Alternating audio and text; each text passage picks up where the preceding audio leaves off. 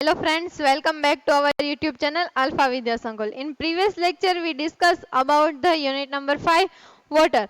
Water के बारे में हमने लास्ट टाइम क्या डिस्कस किया था? वाटर के बारे में हमने लास्ट टाइम ओशन सर्कुलेशन से उसके बारे में डिस्कस कर रहे थे.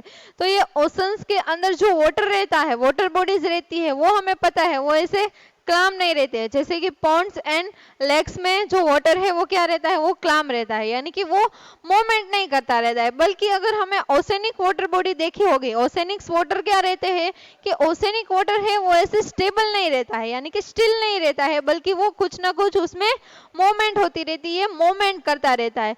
तो ये मूवमेंट किसकी वजह से होती है? तो ये मूवमेंट है वेव्स की वजह से होती है, टाइड्स की वजह से होती है, अनसर्कुलर ओशन करंट्स की वजह से होती है. ये तीनों रीजंस है किसके रिस्पॉन्सिबल है? ये तीनों रीजंस के रिस्पॉन्सिबल है कि ये वाटर के अंदर क्या रहता है, वाटर के अंदर ऐसे सर्कुलेशन, कुछ ना कुछ मोमेंट रहती है. तो लास्ट टाइम हमने वेव्स के बारे में डिस्कस किया था कि वेव्स है वो कैसे क्रिएट होती है ओशंस में. तो वेव्स यानी कि क्या होता है कि वेव्स यानी कि जो वाटर बॉडीज होती है वो ऐसे राइज एंड फॉल होती है. जो वाटर लेवल पे जो ओशनिक सरफेस है, उस सरफेस पे जो वाटर है वो ऐसे राइज एंड फॉल होता है. तो उसे हम क्या कहते हैं? उसे हम वेव्स कहते हैं. ये वेव्स किसकी वजह से क्रिएट होते हैं? ये वेव्स है वो विंड की वजह से क्रिएट होते हैं. विंड की वजह से कैसे क्रिएट हो गए? जैसे कि जो विंड्स आएगा, जब विंड्स ब्लो करके जब ओशंस लेवल पर ये फ्रिक्शन होगा उसका, तो फ्रिक्शन होने की वजह से क्या होगा कि फ्रिक्शन होने की वजह से वहां का जो एरिया है वो ऐसे राइज हो जाएगा और बाद में जो आगे का एरिया है वो ऐसे फॉल हो जाएगा. तो इस तरह ये देखो यहाँ पे ये ओशंस लेवल होगा. ओशंस लेवल में क्या होगा कि अब यहाँ से ऊपर से जब ये एयर है, एयर का जब फ्रिक्शन होगा, यहाँ पे लेवल पे फ्रिक्शन होगा, तो यहाँ का जो अपर एरिया होगा वो ऐसे राइज होगा, बाद में ऐसे फॉल हो जाएगा. तो इस तरह से राइज एंड फॉल होने की वजह से क्या होगा कि राइज एंड फॉल होने की वजह से वेव्स है वो क्रिएट होते हैं. तो ये वेव्स है जब उसकी लेंथ ज्यादातर 3 मीटर तक होती है, या फिर सबसे ज्यादा वेव्स क्रिएट होगी तो वो किसकी वजह से होगी? अगर जो वेव है वो ज्यादा तेज से अगर मूवमेंट करेगा विंड का, तो उसकी वजह से ज्यादा वेव क्रिएट होगी, यानी कि उसकी लेंथ ज्यादा होगी. जैसे कि फॉर एग्जांपल 15 मीटर तक उसकी लेंथ हो जाएगी. तो जब ये फिनोमिना क्रिएट होगी ना, तब उसे हम क्या कहेंगे? उसे हम सुनामी कहेंगे. तो ये सुनामी के और भी रीजंस है. जैसे ये वेव्स नहीं, बल्कि जो विंड होते हैं, स्ट्रॉन्ग विंड, वही उसका रीजन नहीं होता है. दूसरा ये भी होता है कि अर्थक्वेक होता है, या फिर वोल्केनिक इरप्शन होता है, या फिर अंडर वाटर लैंडस्लाइडर होता है. तो ये सारे रीजंस की वजह से भी सुनामी आती है. और सुनामी कब आती है? जब वाटर डेप्थ अगर 3 मीटर तक का हो, मिनिमम अगर 3 मीटर तक वाटर डेप्थ होगा तो उस एरिया में सुनामी आ सकती है. अगर लेस देन 3 मीटर होगा तो वहां पर ऐसी पॉसिबिलिटी नहीं है कि सुनामी आ सकेगी. लेकिन अगर जो वाटर से वो डेप्थ उसका 3 मीटर तक का होगा तो वहां पे आएगी. तो ये वेव्स के बारे में हमने बात की थी. आज हमें टाइड्स और ओशन करंट्स के बारे में डिस्कस करना है. तो पहले हम टाइड्स के बारे में देखते हैं. टाइड्स क्या होते हैं और ये कैसे क्रिएट होते हैं, उसका रिस्पॉन्सिबल कौन है, यानी कि किसकी वजह से ये टाइड्स क्रिएट होते हैं. तो पहले हम उसके डेफिनेशन लिख लेते हैं. टाइड्स किसे कहते हैं? The rhythmic movement of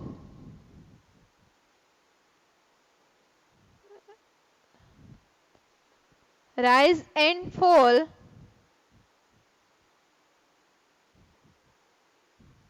in a water of oceans on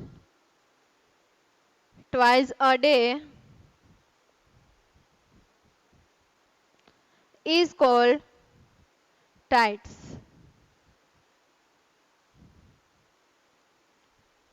देखो, the rhythmic rise and fall in the water of oceans on a twice a day is called a tides.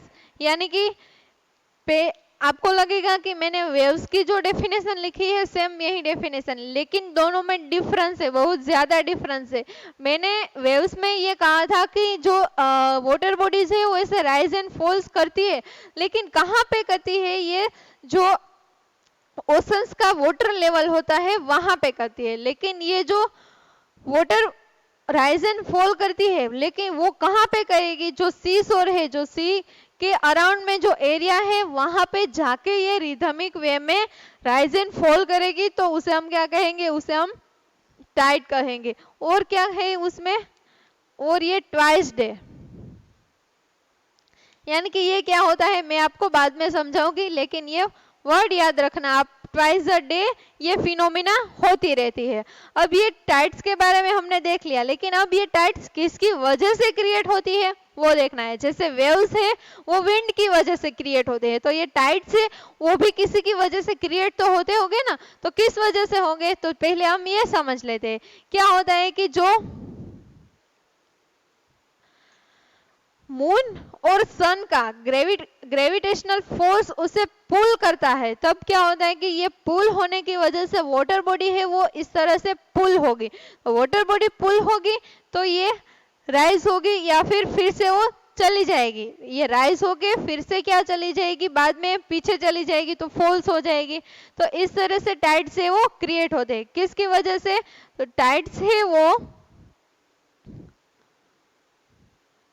the gravitational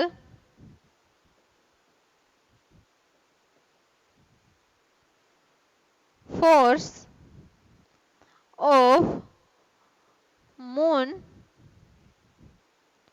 and sun pull the water bodies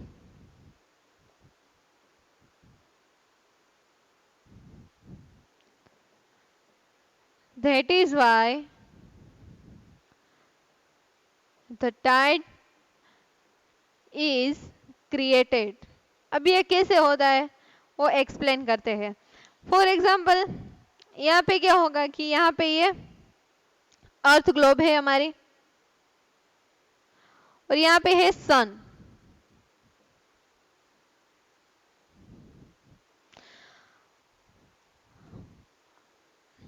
अर्थ है वो सन के around ऐसे rotate करती है। और moon की बात करें हम तो मून है वो one type of natural satellite है, हमें पता है कि मून है वो अर्थ के अराउंड रोटेशन करता रहता है।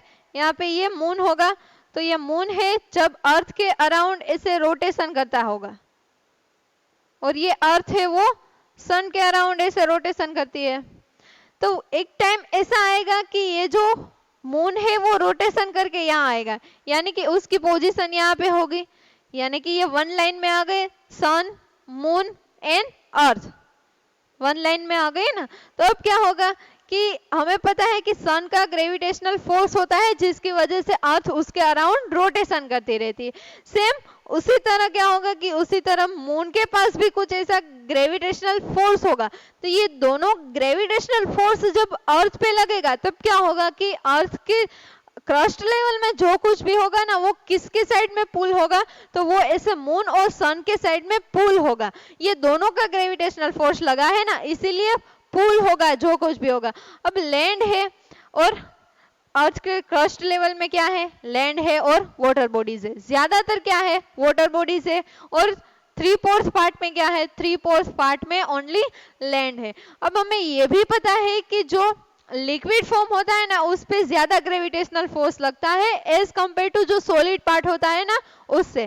तो अब ज्यादातर वाटर बॉडीज है लैंड के कंपेयर में, तो ज्यादातर ग्रेविटेशनल फोर्स किस पे लगेगा, जो वाटर बॉडीज है उस पर लगेगा।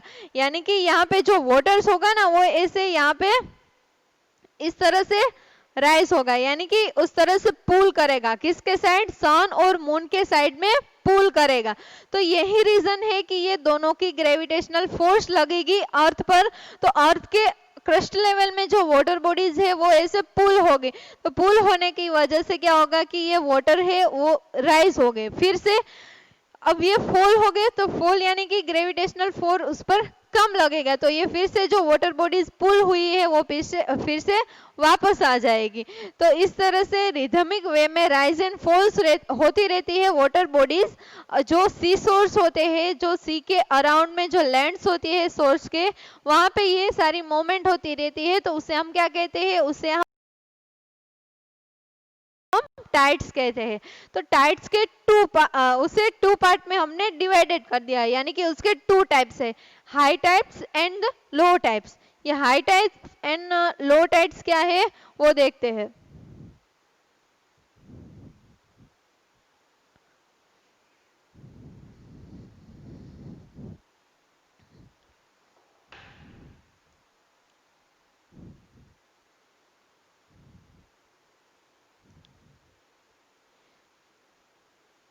यहाँ पे ये अर्थ है,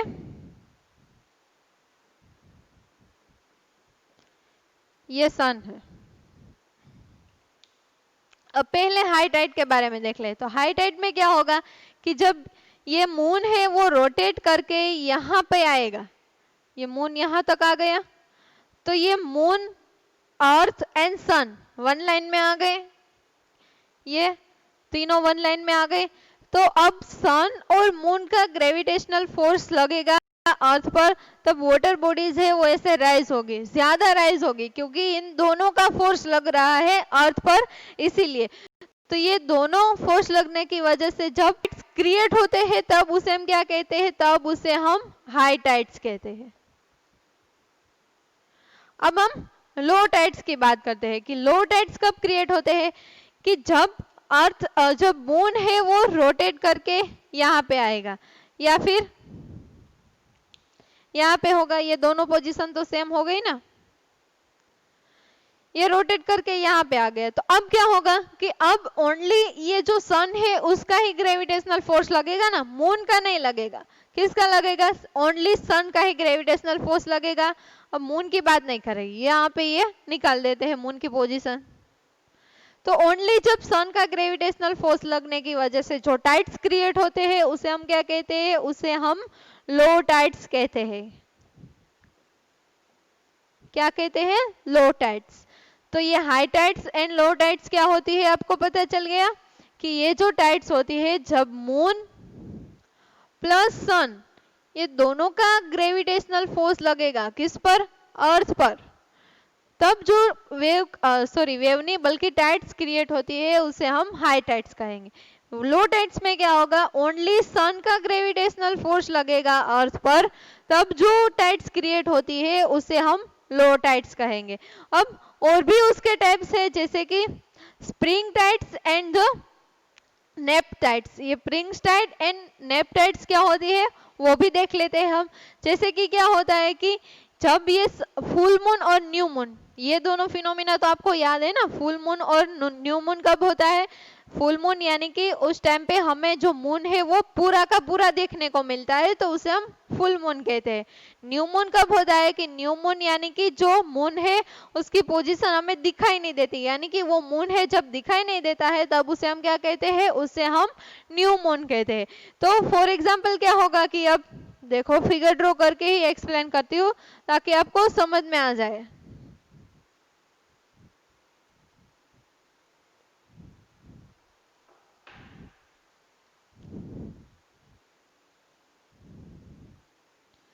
यहाँ पे ये अर्थ है, south pole and north pole. अब क्या होगा कि फुल मून हम किसे कहेंगे, जब मून की पोजीशन है वो यहाँ पे होगी, ये मून है, तब हम ये कैसा दिखाई देगा, फुल मून दिखाई देगा। और जब मून रोटेशन करके यहाँ तक पहुंचेगा तब क्या होगा, ये न्यू मून कहलाएगा, यानी कि ये मून है। हम यहाँ पे खड़े हैं, देखो यहाँ पे हम खड़े हैं, मून हमें, ये जो मून रोटेशन करेगा तो यहाँ पे मून होगा तो हमें ज्यादा दिखाई देगा ना, यानी कि फुल मून दिखाई देगा। अब तो इसे हम क्या कहेंगे, इसे हम फुल मून कहेंगे। हम यहाँ खड़े हैं, मून की पोजीशन यहाँ है, अब हमें मून दिखाई दे रहा है, नहीं दिखाई दे रहा है ना, दैट मीन्स कि ये जो पोजीशन है मून की उसे हम न्यू मून कहते हैं, यानी कि मून हमें दिखाई नहीं देता है। तो अब ये दोनों पोजीशन की, ये दोनों फिनोमिना की वजह से ये कुछ टाइड से वो क्रिएट्स होती है, यानी कि जब फुल मून होता है तब मून का ग्रेविटेशनल फोर्स क्या होता है, मून का ग्रेविटेशनल फोर्स है वो ज्यादा लगेगा। तो जो वेव्स ये दोनों फिनोमिना की वजह से क्रिएट हुई है तो उसे हम क्या कहते हैं, उसे हम नेप टाइड कहते हैं। क्या कहेंगे, नेप टाइड। ये दोनों कैसे हुई, फॉर एग्जाम्पल यहाँ पे सन है, सन तो है ही यहाँ पे,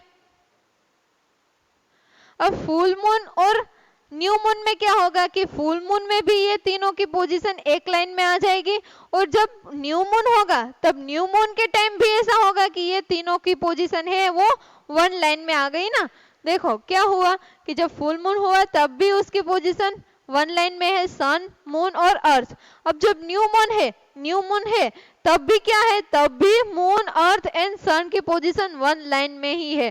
तो ये फुल मून और न्यू मून होगा तब जो टाइड्स क्रिएट होंगे वो हाई टाइड्स होंगे, लेकिन उसका कुछ अलग नाम भी दिया गया है। क्या नाम है उसके, उसे हम नेप टाइड भी कहेंगे। तो ये याद रखना कि जब फुल मून और न्यू मून होता है तब मून, सन और अर्थ की पोजीशन सेम लाइन में होती है। तो इसकी वजह से जो ग्रेविटेशनल फोर्स की वजह से जो टाइड्स क्रिएट होते हैं उसे हम नेप टाइड्स कहते हैं। अब हम बात करते हैं स्प्रिंग टाइड की, तो वो कैसे क्रिएट होता है।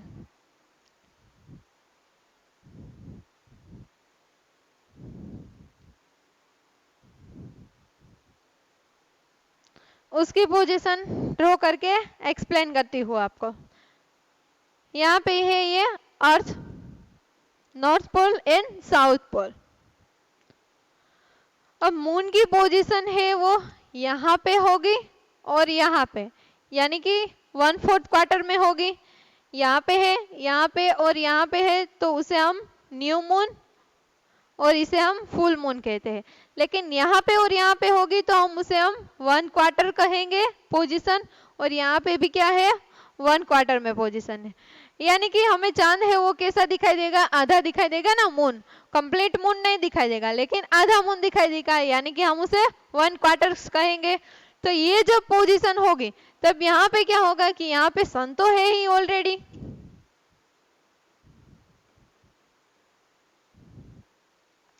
अब सन का ही ओनली ग्रेविटेशनल फोर्स है वो लगेगा, मून का नहीं लगेगा।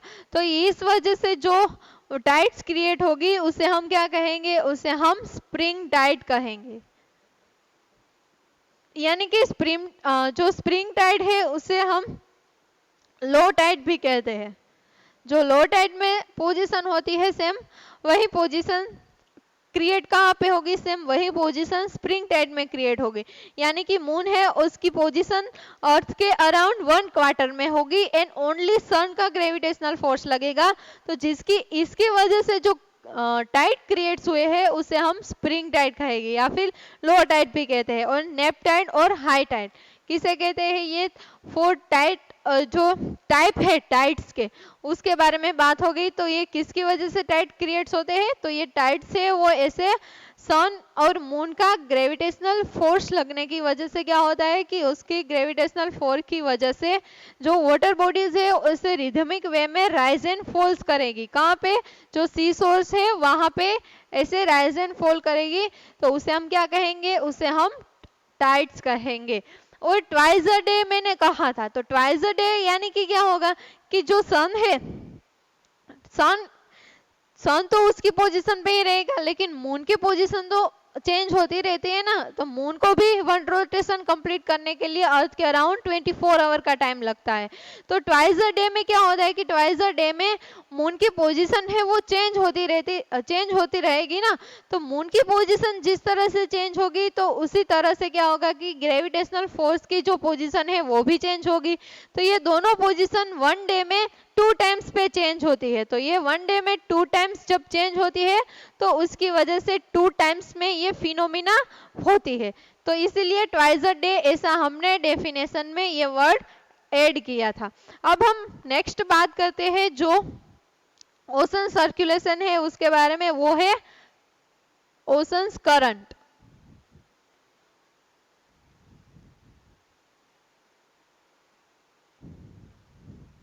ये लास्ट टॉपिक है हमारा ओशन करंट। क्या होता है कि अगर हम पहले अगर ये वर्ड को रीड करें तो हमारे मन में क्या आएगा कि हमारे मन में ऐसा इमेजिन होगा कि एक ओशन होगा, उसमें प्लस कुछ करंट हो गए, तो इससे हो गया ओशंस करंट। ऐसा नहीं होता है। ओशंस करंट यानी कि क्या होगा कि ये ओशंस करंट की वजह से जो ओशंस में वाटर बॉडीज रहती है ना, वो ऐसे मूवमेंट करती रहती है। कैसे मूवमेंट करती है? तो फॉर एग्जांपल देखो यहाँ पे ये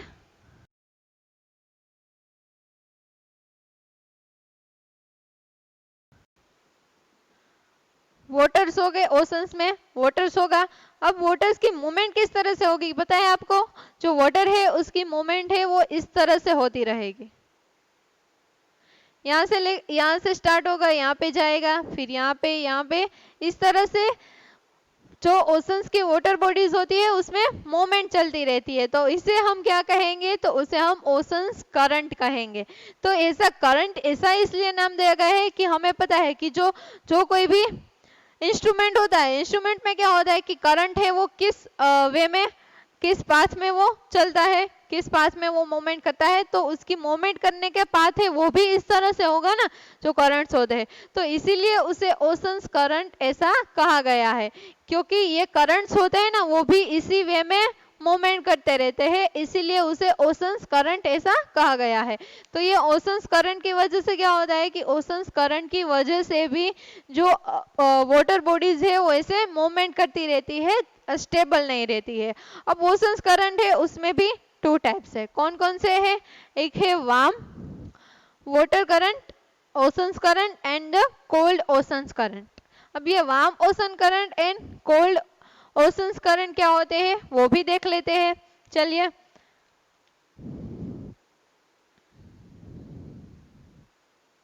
यहाँ पे ये 0 डिग्री पर क्या है? इक्वेटर है।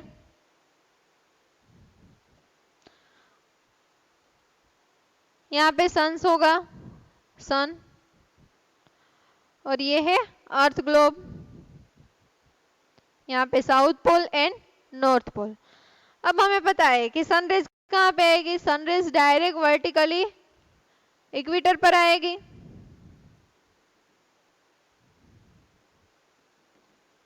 तो इक्वेटर पर क्या होगा कि इक्वेटर पर जो कोई भी होगा, लैंड होगा या फिर वाटर बॉडी होगी, वो ज्यादातर कैसी रहेगी? वो ज्यादातर हॉट रहेगी ना, वार्म रहेगी। क्यों? क्योंकि वहां पे सनरेज डायरेक्टली आएगी, वर्टिकली आएगी, इसीलिए। तो दैट मीन्स कि यहाँ पे जो वाटर बॉडीज होगी वो यहाँ पे वाटर बॉडीज होगी वो वार्म होगी। तो यानी कि इस तरह से करंट है वो क्रिएट हो गए। और किस वे में मूवमेंट करेंगे? जब नॉर्थ पोल की ओर मूवमेंट करेंगे तब क्या होगा कि ये जो मूवमेंट करेंगे तब ये कोल्ड होगा, यानी कि ये कोल्ड ओशन करंट होगा। और जो इक्वेटर के पास क्रिएट हुआ है उसे हम क्या कहेंगे? उसे हम वार्म ओशंस करंट कहेंगे। ये वार्म ओशंस करंट एंड जो कोल्ड ओशंस करंट होता है ना, वो किसके डिपेंडेंट रहता है? वहां का जो टेम्परेचर, उस एरिया का टेम्परेचर कैसा है उस पे डिपेंडेंट करता है, यानी कि इसे इन्फ्लुएंस करता है। अगर वहां पे जो टेम्परेचर है वो हॉट होगा तो वहां से जो ओशंस करंट क्रिएट हुए हैं वो कैसे होंगे? वो वार्म ओशंस करंट होंगे। और अगर कोई एरिया ऐसा है कि जहाँ पे क्या होगा कि जहाँ पे कोल्ड वेदर है, कोल्ड क्लाइमेट है, टेम्परेचर कैसा है? कोल्ड टेम्परेचर है, तो वहां से जो ओशंस क्रिएट हुए हैं उसे हम क्या कहेंगे? उसे हम कोल्ड ओशंस करंट्स कहेंगे। तो ये ये कोल्ड और वार्म ओशंस करंट्स क्या होते हैं वो पता चल गया आप। तो वो किससे डिपेंडेंट रहता है? वो टेम्परेचर है उससे डिपेंडेंट रहता है। अब क्या होता है कि जो ये वार्म करंट है वो सन करंट, वो कहाँ से क्रिएट होके कहाँ तक जाएंगे? तो ये है वो इक्वेटर से क्रिएट होके पोल तक जाएंगे। और ये जो कोल्ड ओशन करंट है वो कहाँ से क्रिएट हो गए? तो ये कोल्ड ओशन है वो यहाँ पे क्रिएट हो गए। देखो यहाँ पे जो पोल्स होगा ना वो पोल से क्रिएट हो गए। यहाँ पे ट्रॉपिक जो इक्वेटर है यानी कि ट्रॉपिक ऑफ कैंसर है और ट्रॉपिक ऑफ यहाँ पे कैप्रिकॉर्न है। तो ट्रॉपिक ऑफ कैप्रिकॉर्न और लोअर लेटिट्यूड से पास होगा, वहां पे क्रिएट होगा, तो उसे हम कोल्ड कहेंगे। यानी कि ये हाई लेटिट्यूड या फिर नॉर्थ पोल कह लो, कोई भी कह लो। नॉर्थ पोल कहाँ पे है? 90 डिग्री पे है, तो ये हायर लेटीट्यूड हो गया ना। तो हायर लेटीट्यूड से लेकर अगर वो ट्रॉपिक और लो लेटीट्यूड से मूवमेंट करता है तो उसे हम क्या कहेंगे? उसे हम कोल्ड ओशंस करंट कहेंगे। और जो करंट है वो इक्वेटर से लेकर पोल के पास जाकर अराउंड में मूवमेंट करता है तो उसे हम वार्म ओशन करंट कहेंगे। तो ये करंट क्या हो गया? वार्म और कोल्ड ओशंस करंट है वो क्या हो गया? ये दोनों आपको समझ में आ गए ना, किस तरह से ये ओशन से वो क्रिएट होते रहते हैं। तो ये चैप्टर है, यहाँ पे वो चैप्टर आपका और हो जाता है। तो यहाँ पे इस चैप्टर में हमने क्या स्टडी किया कि वाटर बॉडीज में एक तो वाटर साइकिल है उसके बारे में डिस्कस किया, बाद में हमने डिस्ट्रीब्यूशन ऑफ वाटर है उसके बारे में डिस्कस किया, उसके बाद हमने ओशन सर्कुलेशन से तो सर्कुलर वो जैसे फर्स्ट तो वेव है, सेकंड है टाइड एंड थर्ड है ओशन करंट। तो ये तीनों रीजन है जिसकी वजह से ओशंस में जो वाटर बॉडीज रहती है वो स्टेबल नहीं रहती है बल्कि इसके मूवमेंट करती रहती है। तो यहाँ तक इस चैप्टर में हमने स्टडी किया। आगे के लेक्चर में हम नया लेसन स्टार्ट करेंगे। Thank you.